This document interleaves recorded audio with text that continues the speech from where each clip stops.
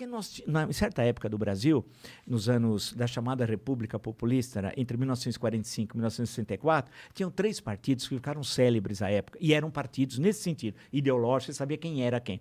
Que era a União Democrática Nacional, a UDN, o Partido Trabalhista Brasileiro, que não é essa palhaçada de hoje, e o PSD, que também não é o de hoje, o Partido Social Democrático. Então, tinha expressões que as pessoas usavam, por exemplo, você está parecendo um denista, quando se combatia a corrupção, né? Porque a UDN tinha parlamentares famosos, discursavam muito bem, combatia a corrupção, tinha força presença nas classes médias urbanas e tal. O PTB era vinculado aos sindicatos, era no seu trabalho. E o PSD era dos antigos interventores na ditadura do Estado Novo, grosso modo. E tinha depois alguns outros partidos que orbitava, o Democrata Cristão, que era pequeno, mas tinha ideologia, foi depois da guerra, né? Então, o Partido Libertador do Rio Grande do Sul, que sempre foi parlamentarista, mas tudo isso acabou, porque aí veio a ditadura militar, criou à força 2 partidos, Arena e MDB. Arena era o partido do governo e o MDB devia ser a oposição. Naquele momento havia um medo tão grande em 65 de ir para a oposição, que faltou número para conseguir ter o partido. Então, o Castelo Branco pediu que o pessoal da Arena fosse para o MDB. Inacreditável, porque não tinha o número mínimo. Porque os tempos eram de cassação. Você tinha mandatos que se perdia o mandato, você caçava vereadores, deputados estaduais. Caçava era o seguinte, por alguma razão, sem imputar, sem processo, sem nada. E você caçava vereador, prefeito, deputado estadual, deputado federal, governadores, né? Outras pessoas que estavam, por exemplo, foram expulsos das Forças Armadas depois de 64. Os que mais sofreram no meio civil foi muita gente, mas foi no meio militar. Você pode listar cerca de 3.000, 3.500 que perderam na aeronáutica, no exército e na marinha seus postos. E aí o cara da aeronáutica, tem um deles, o Oswaldo França Júnior, que depois, já falecido, virou um grande escritor, o cara era da aeronáutica, tal, piloto lá, foi demitido em 64, que entrou nos atos, foi cassado. Onde ele ia arrumar emprego? Na época o Brasil tinha poucas empresas. Uma é a Varig, que era famosa, a Varig foi uma grande empresa, uma super empresa. Tinha a Varig, tinha a VASP, e acho que eram essas duas. Tinha umas outras que eram... Aí ele ia lá, o senhor trabalhava antes aonde? Eu estava na FAB. Eles me caçaram. Você acha que os caras diziam, nada, você não tinha onde trabalhar, cara. Você pegava caras super qualificados, aí tinha que se virar. E o cara se virava corretor, outro não sei o que, pau. Então a perseguição foi muito grande durante o regime. E mais ainda quando veio em dezembro, dia 13 de 68, 13 de dezembro de 68, o ato institucional número 5. Que agora os bolsonaristas, extremistas, que são os bobalhões, eles nem sabem o que é o AI-5. Uma vez até uma pessoa... até me contou, falou para a pessoa que queria pôr AI-5. Você sabe que teve 4 antes? Porque se teve 5, teve 4 aqui. E você sabe que foram 17 que teve depois aqui? Né? Teve mais 12 e tal. Nem sabia. E nem sabe o que é o ato institucional, que é o ato mais arbitrário da história brasileira. O presidente pode fazer tudo e a justiça não aprecia os atos do presidente. É tão absurdo como... É um ditador. É um ditador. Como na Constituição do Império, tinha lá um artigo 99, que a pessoa do imperador é inviolável e sagrada. Sob ele não pesa responsabilidade alguma, ponto. Pô, aí, cara, se ele é uma figura sagrada e não tem... no AI-5, na República, foi alguma coisa assim. Então, claro, as pessoas ficaram com medo. É a mesma coisa com outras palavras. Sim, com outras palavras, exato. É um jeito de institucionalizar uma... É o arbítrio, é um arbítrio o maior possível. Aí quando depois acabou o AI-5 e tal, ainda no regime militar, aí criaram-se 5 partidos políticos, né? Que era o PDS, que foi o sucessor da Arena, né? Aí o MDB, colocaram o P na frente e virou PMDB, que era antigo. O PTB foi recriado, mas foi Ivete Vargas, que fazia política em São Paulo, que ficou com a sigla, e o Brizola estava voltando, ficou 15 anos exilado, mas ela ganhou no TSE. Aí ele criou o PDT, e surgiu o PT. E o PT foi criado em 1980, né, como um partido na época de viés socialista. Tanto que o número do PT inicialmente nas eleições, por exemplo, em 82 em São Paulo, Lula foi candidato a governador, derrotado. Era o número 3, era assim. E ele falava, vote no 3 porque o resto é burguês, tal. Essa era a palavra de ordem. Depois as coisas mudaram, né?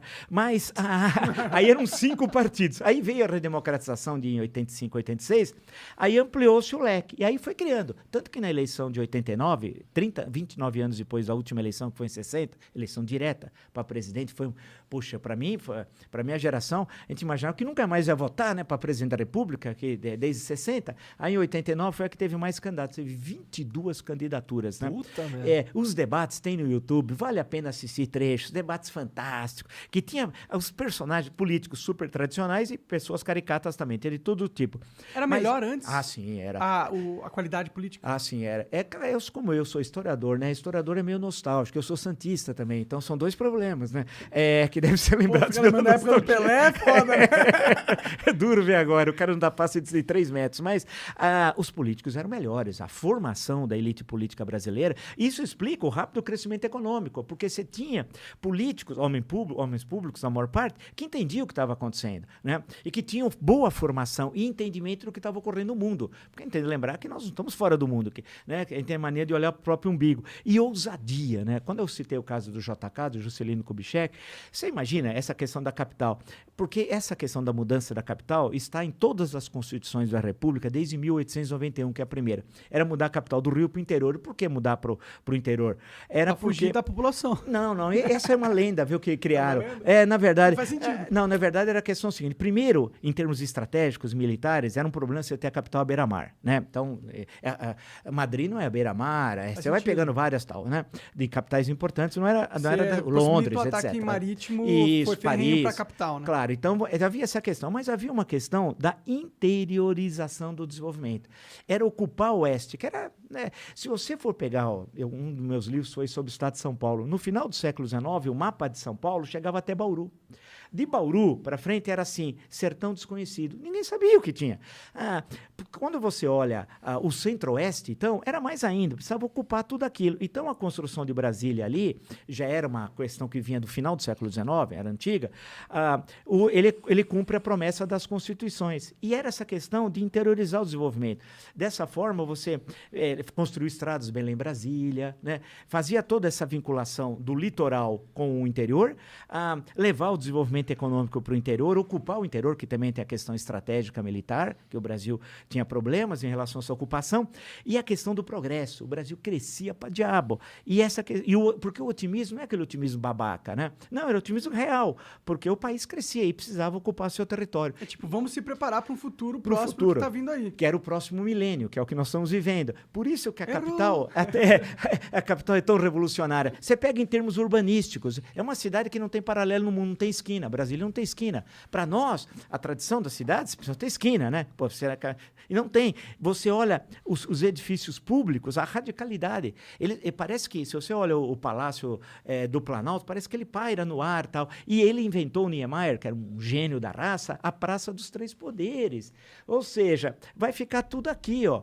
Um aqui, o Legislativo, o Congresso Nacional, portanto, o Supremo Tribunal Federal e o Palácio do Planalto, né? E, isso é uma grande sacada. Você vai nas grandes capitais do mundo, raramente você vai encontrar numa praça, ou quase nunca, os três poderes. E sempre a transparência, porque no Palácio do Planalto é todo envidraçado, mostrar que o poder é transparente, etc. Tal.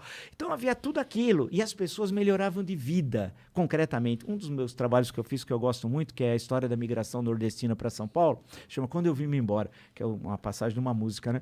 Do Caetano Veloso até. E aí, a migração, você pega os romances dos anos 30, que muitas vezes a gente lê na escola, Vidas Secas, o 15, um do Graciliano Ramos, outro da Raquel de Queiroz, todos terminam da mesma forma, migrando para São Paulo.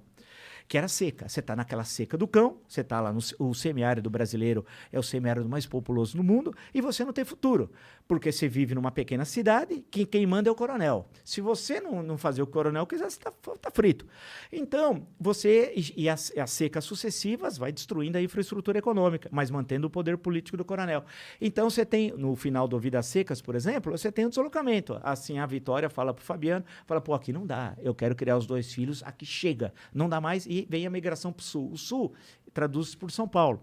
Então, essa migração, a partir de, especialmente 1945, mas já vem antes, até final dos anos 70, é o maior deslocamento populacional no mundo ocidental. Foi aqui, que ficou conhecido como Paus de Arara, porque na verdade, a maior parte veio por via ferroviária. Os Paus de Arara eram caminhões que a carroceria era adaptada e eles colocavam bancos, cobria, chegavam a colocar 100 pessoas. Você imagina uma loucura, é uma loucura. E em cima cobriam, colocava as malas na parte de cima, tal, que vinha um todo assim. E seja o que eles quiserem, saía do norte da Bahia, depende do lugar. Aí foi, nessa época, a Rio Bahia, em 1949, foi inaugurada a Rio Bahia, que era de terra. Tanto que os relatos de fotos, de personagens com quem eu conversei, pessoas que migraram, e são histórias de vida super bonitas, eles falaram, realmente eles chegavam vermelhos, porque, aquela poeira, você passava 5, 6, 7, e quando o caminhão caminhão quebrava. E quando você não tinha mais dinheiro, e tinha cidades que se recusavam a alimentar os paus de arara. O cara queria comprar, não, aqui você não vai comprar, não. Não para, se transmite doenças, porque é toda uma discriminação em relação ao migrante. Eu lembro de um episódio de Montes Claros, em Minas Gerais, que isso, na época, eu vi isso na documentação. Aí o cara chega aqui em São Paulo, com a cara e com a coragem. Muitas vezes ele tem um parente, tem um papelzinho que o sujeito diz que mora na Moca, mas ele não tem a mínima ideia onde é a Moca, né? É um primo dele, que sempre teve um que veio primeiro, geralmente é assim. E aí ele vai em busca do cara. Ah, não é na Moca, ele foi para Osasco. Ele fala, pô, mas eu não sei. Achava o parente. Aí ele começava a trabalhar. E aí tem um fenômeno que eu acho fantástico, que o Brasil é um país maravilhoso. Na Inglaterra, a Revolução Industrial, os chamados cercamentos, quando você começa a cercar as propriedades rurais, a população é expulsa para as cidades. Aí vem a Revolução Industrial, especialmente final do século XVIII, né, a primeira fase. Então você tem um deslocamento. Isso demora cerca de 2 séculos, esse deslocamento. Aqui no Brasil, o cara saía do Sertão Central, vou pegar aqui Xeramobim, que é uma cidade que eu conheço no Sertão Central do Ceará. O cara saía de lá, andava a pé não sei quantos, com a família, conseguia pegar um trem, descia, muitos vinham a maior parte por via ferroviária. Chegava aqui, com a cara e com a coragem, aqui no Brás, na hospedaria que tinha aqui na hoje Estação Roosevelt, né? Chegava aí. Aí era anotado que ele era, o que ele ia fazer? Profissão, não tinha nenhuma. Claro, o cara estava chegando, o cara era um sertanejo, mas ele tinha um primo que morava em Osasco, trabalhava numa fábrica. O que ele ia fazer? E o Brasil crescia muito, uma forte indústria. Ele ia procurar o primo falava, vou tentar ver se eu arrumo um trabalho para você na fábrica. Arrumava. 2 dias depois. Aí você tem aquelas máquinas, que não eram, evidentemente, tão sofisticadas à época. O primo, que trabalhava na máquina lá, ensinava para ele. Em 3, 4 dias, ele sacou como era a máquina. Uma semana depois, a produtividade dele era quase igual ao do primo. Então, ele dava um salto em 2 semanas, saindo de Quixeramobim, chegando a Osasco, o que na Inglaterra demorou 2 séculos. E se adaptava a um novo regime de trabalho, e veja a produtividade dele. Ele trabalhava no semiárido, a produtividade era quase 0, e salta para uma indústria. Pô, você tem um salto evolutivo fabuloso. E aqui, naquela época, era exigido 2 documentos. Carteira do trabalho, senão a polícia falava TG preso. Precisava ter a carteira de trabalho, senão era vagabundagem. TG preso, era o famoso TG preso. Precisava mostrar a carteira. E outro documento, de eleitor. Eram os 2 documentos que eram fundamentais. Não era a carteira de identidade, isso é a posteriori, como elementos mais importantes. E o título eleitor, veja, a carteira do trabalho, ele ia ser registrado. Você imagina, lá no Ceará, ele nem sabia que era carteira do trabalho. Não sabia que era fábrica, que era registro, que era salário. E ter direitos sociais, porque tinha CLT.